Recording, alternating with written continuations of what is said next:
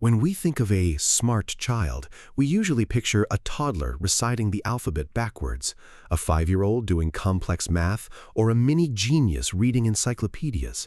But real child psychologists and developmental experts agree that early academic milestones aren't the only or even the best indicators of high intelligence. Real brilliance in children is often quiet, subtle, and easily missed because it doesn't look like a school test. In fact, true intellectual gifts can easily disguise themselves as behavioral quirks or stubbornness. Today, we are looking at 5 scientifically backed signs that your child is highly intelligent and why some of these traits might actually look like difficult behavior at first glance. Sign number 1 is that they don't just ask questions, they seek the underlying mechanism of the universe.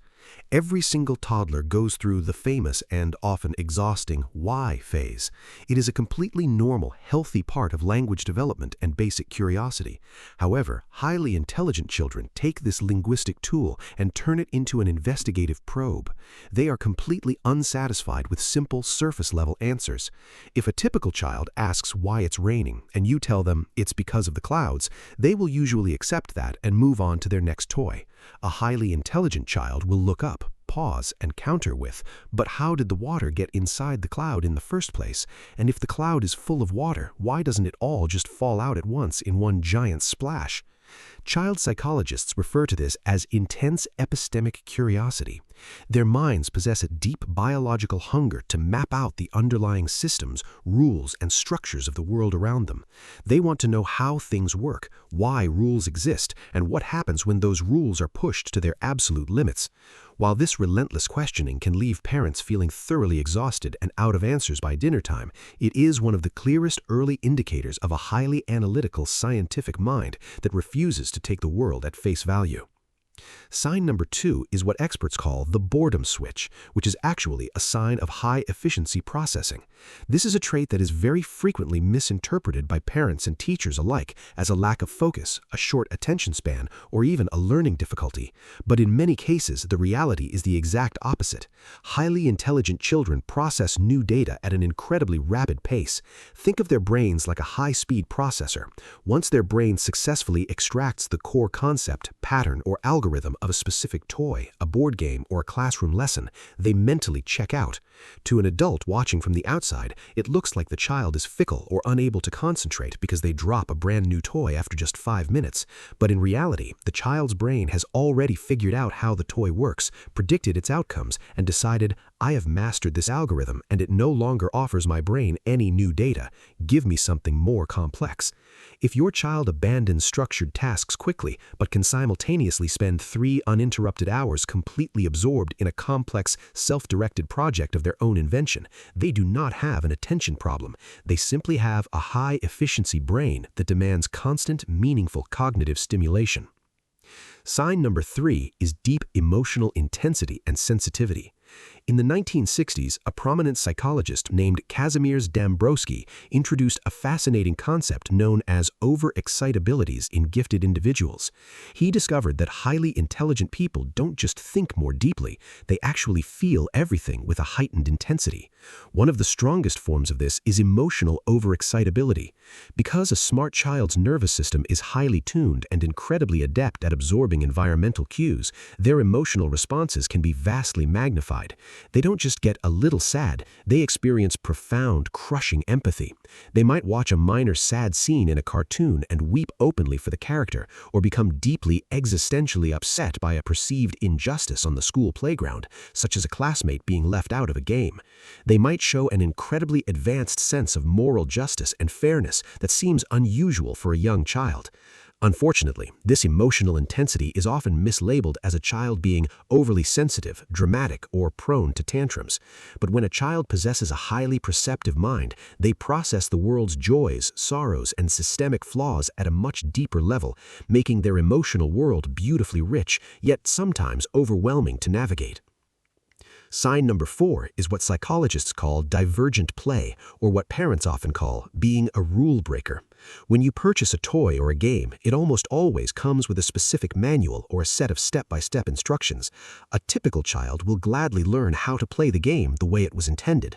A highly creative, intelligent child, however, will often completely ignore the instructions, toss the manual aside, and use the pieces in a totally unrecognized way.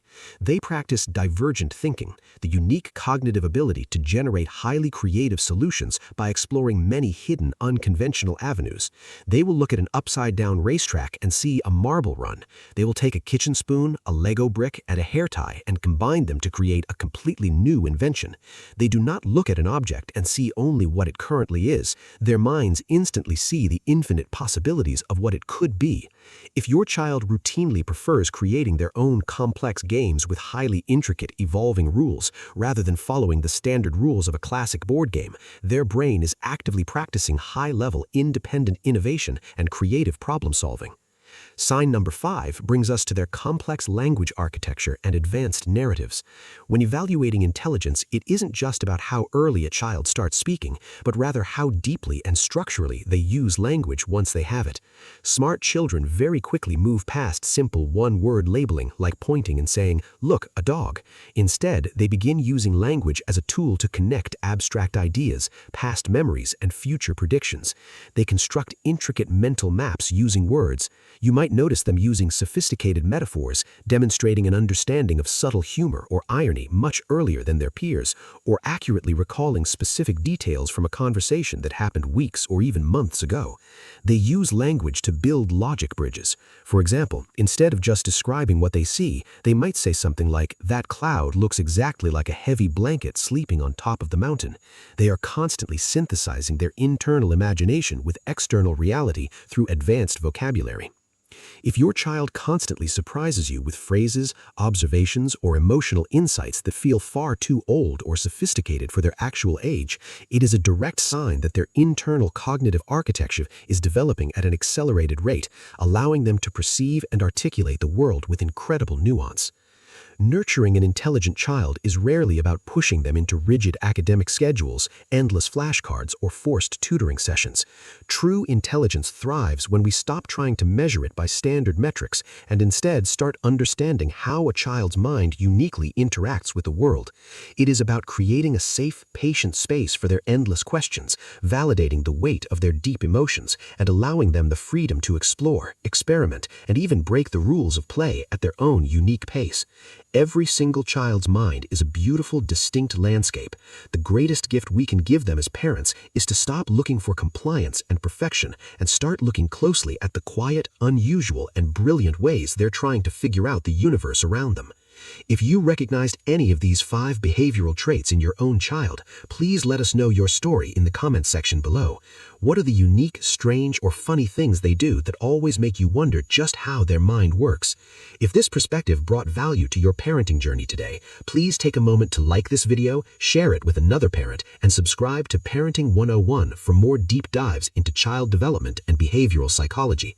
Thank you so much for watching. Keep supporting their curiosity, and we will see you in our next video.